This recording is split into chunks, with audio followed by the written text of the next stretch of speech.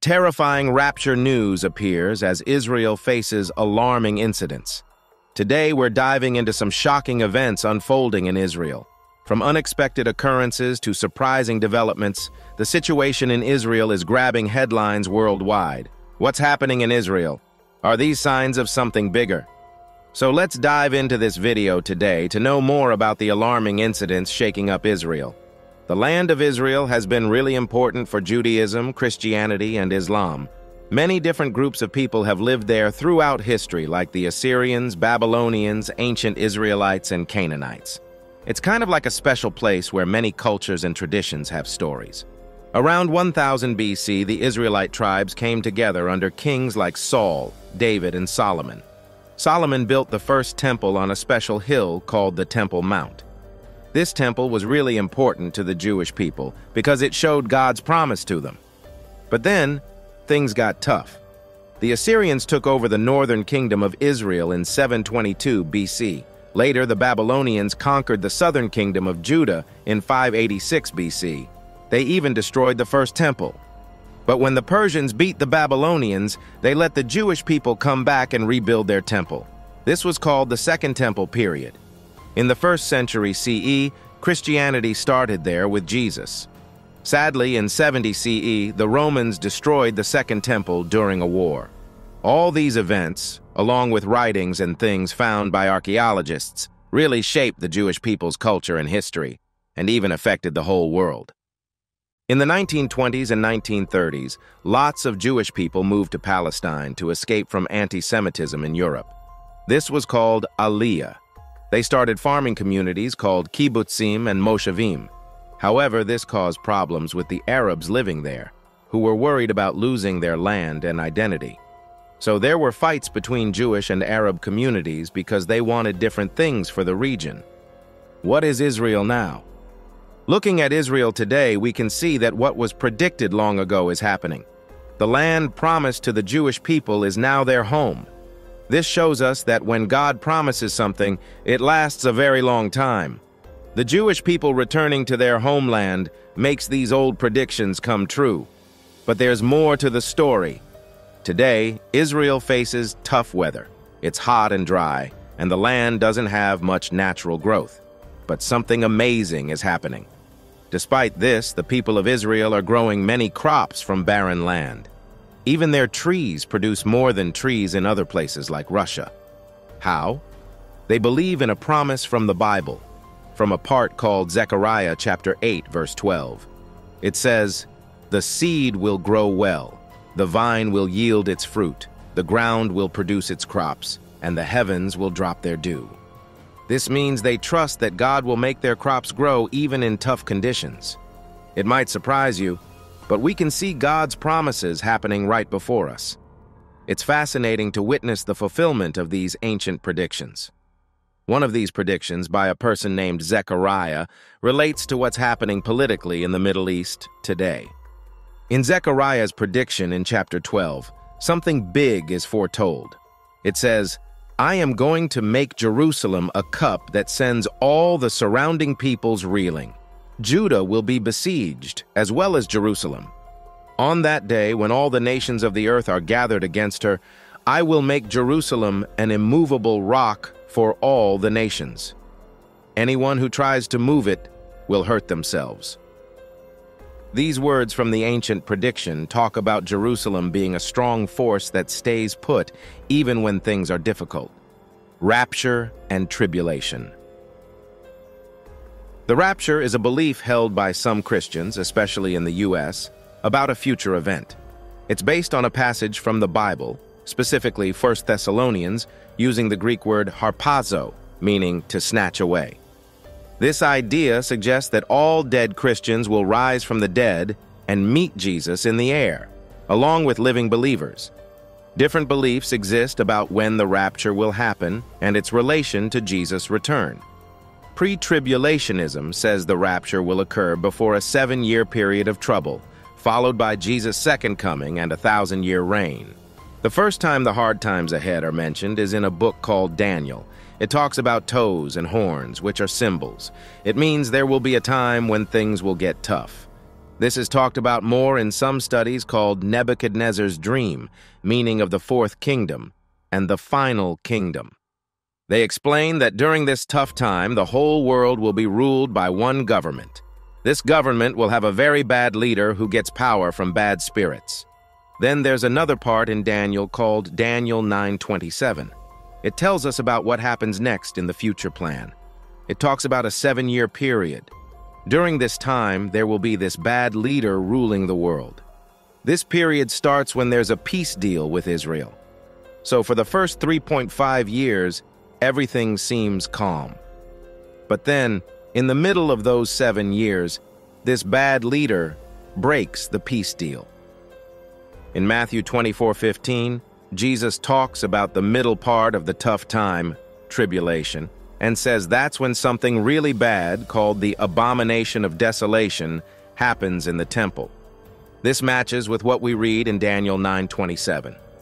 After that, Jesus says the last 3.5 years of this tough time will be even worse, calling it the Great Tribulation in Matthew 24:21. Then in verses 29-31, he talks about when he will come back for the second time.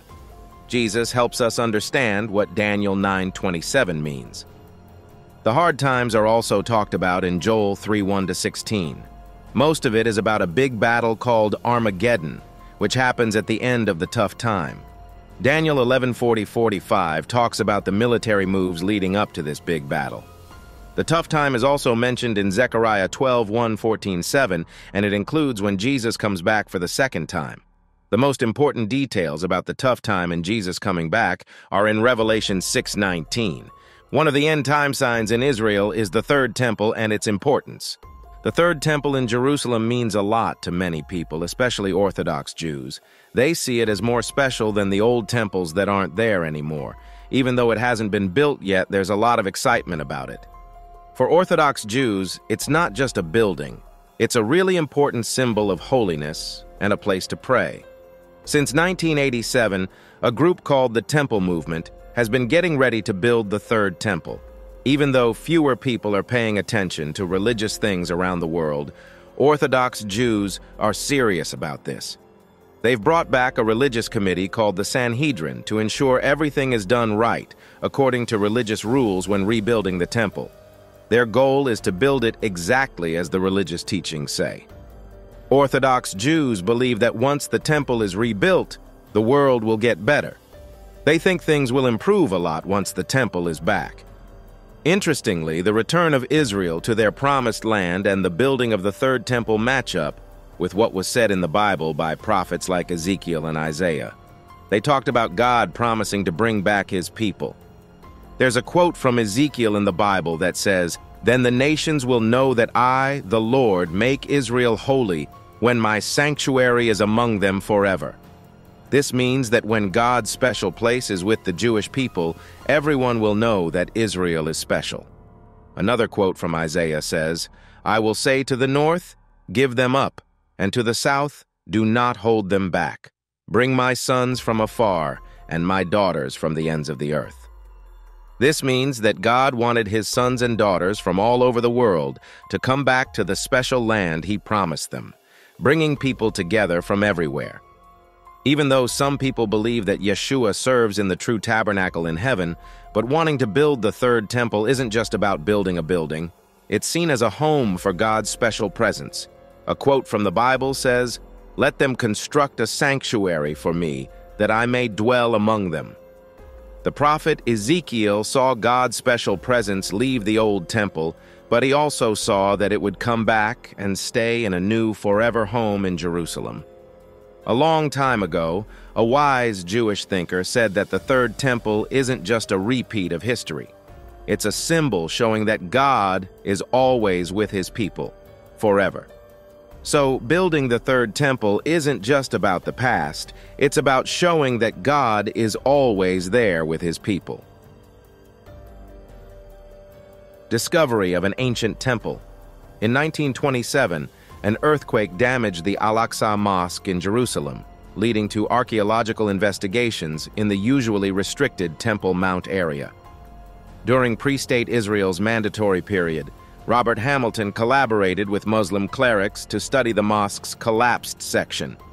Despite limitations, his discoveries were significant, including remnants from the Second Temple and Byzantine eras.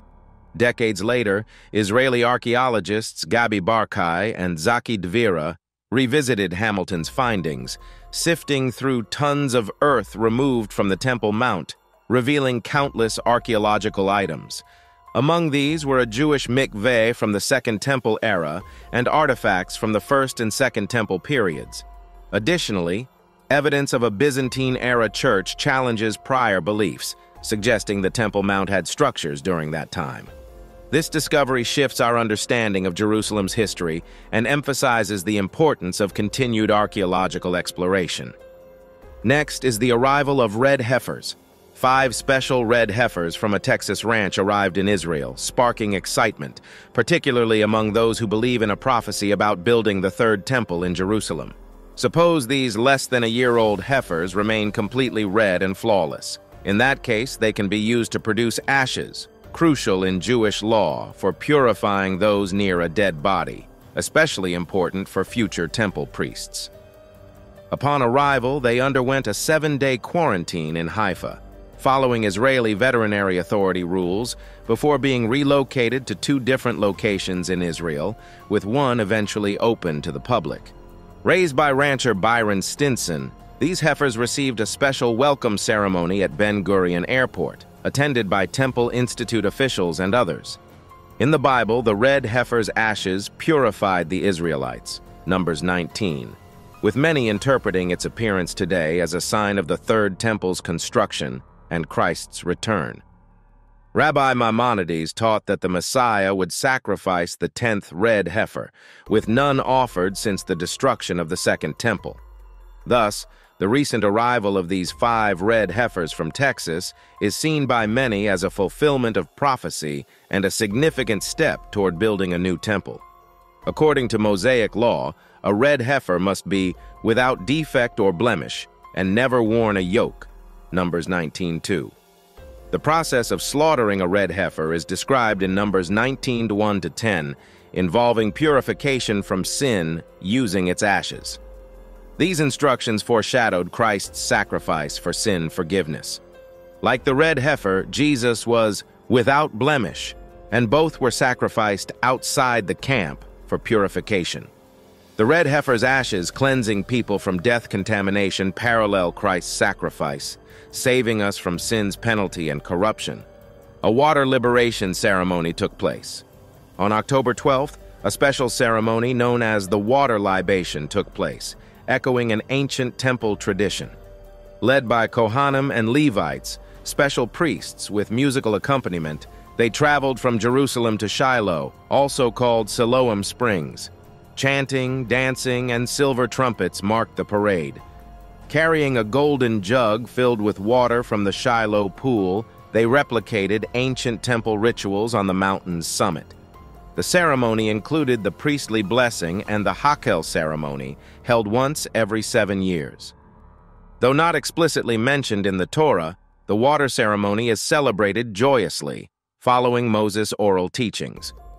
Participants worldwide joined Sukkot celebrations, making it a universal day of worship. During Sukkot's last 6 days, priests performed a water ceremony and wine pouring in the morning service. They journeyed from the temple to the Shiloh spring, pouring wine and water into special holes in the stone altar. The Shiloh pool, significant biblically, gained attention after the Third Temple's construction. Pilgrims once started their journey to Jerusalem here, cleansing before offering sacrifices. Its discovery in 2004 underscores its historical importance. According to the Babylonian Talmud, the year after Shemitah, a special year, is deemed favorable for the Messiah's arrival. The Book of Amos predicts the return of Israel's tribe from other nations. The Talmud discusses challenges preceding the Messiah, suggesting the need for a spiritual temple through devotion to God and readiness for end-time trials, rather than a physical one. The rise of Antichrist. Today, the world is grappling with numerous challenges and uncertainties, which some interpret as signs of the Antichrist's arrival. According to the Bible, this figure emerges during periods of confusion and fear, offering false promises of peace and happiness. While many turn to governments and leaders for solutions, the Antichrist deceives by providing deceptive answers, betraying those who trust in human leadership. As believers, it's crucial to heed the Bible's teachings rather than relying solely on human authorities. Pastor Hibbs notes the increasing global instability, citing Luke 21:25, especially with economic turmoil exacerbated by COVID-19. The rise in natural disasters aligns with biblical prophecy, signaling impending difficult times. Believers, though spared from these tribulations, must spiritually prepare for the future. Jesus' warnings of wars and rumors of wars correlate with present-day conflicts, potentially paving the way for the Antichrist's emergence. Christians are cautioned against falling for false promises amid unrest. Pastor Hibbs highlights Israel's tensions, emphasizing the importance of peace, suggesting the Antichrist may exploit such situations. Despite worldly chaos, believers are urged to cling to biblical teachings and remain vigilant. Finding solace in faith is paramount, even amidst the Antichrist's looming presence. Pastor Hibbs underscores the reality of the Antichrist's arrival as depicted in the Bible, urging readiness among believers. Trusting the Bible's guidance is paramount in preparing for what lies ahead. Battle of Armageddon. The term Armageddon has a deep history, tied to many big battles. This place has witnessed major conflicts from ancient times to World War I. According to the Bible, Armageddon will be the stage for a final battle between troops from Eastern and Western Eurasia fighting for global control. In this biblical tale, the kings of the East, thought by some to be Russia and China today, will attack Europe with a huge army of 200 million soldiers. This event, said to wipe out a third of humanity, will happen on the Eurasian continent just before Jesus returns. Another part of this prophecy, found in Daniel 11:44-43, talks about a 10-nation alliance forming in Central Europe. This is expected to happen just before the world-changing events. It describes a conflict between the king of the south and the king of the north, seen as the European community facing threats from the south. Today's world reflects some of these prophecies, with tensions in the Middle East and Europe facing challenges from Islamic nations. But amidst all this, Jesus is said to triumph over these forces, giving believers hope. Revelation 19 paints a grand picture of future events, describing powerful forces gathering for war against a divine figure on a horse, setting the stage for a huge showdown. Revelation 19:19-21 mentions that the beast and the false prophet will be captured and thrown into a fiery lake, showing that despite deceiving many, they will face judgment. Examining Ezekiel's predictions in chapters 38-39, we see a future where nations, including Russia and China, attack Israel. But the scriptures promise that God will intervene and prevail, showing that those who initiate wars will witness the true power of God.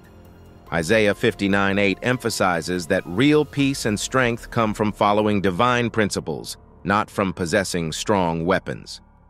Recent end-time prophecy fulfilled by the Chinese president. Chinese President Xi Jinping's recent statements have grabbed global attention due to their strong language, metaphors, and biblical references. Xi's words resemble passages from Revelation 16:12-13, which talk about the drying up of the Euphrates River and the appearance of impure spirits like frogs, suggesting apocalyptic scenarios. This change in rhetoric shows how China's foreign policy and military stance are evolving. While China has mainly focused on economic growth and diplomacy, recent actions suggest a more assertive global stance. Examples include threats towards Australia, warnings about Taiwan, and even threats to shoot down a U.S. representative's plane visiting Taiwan.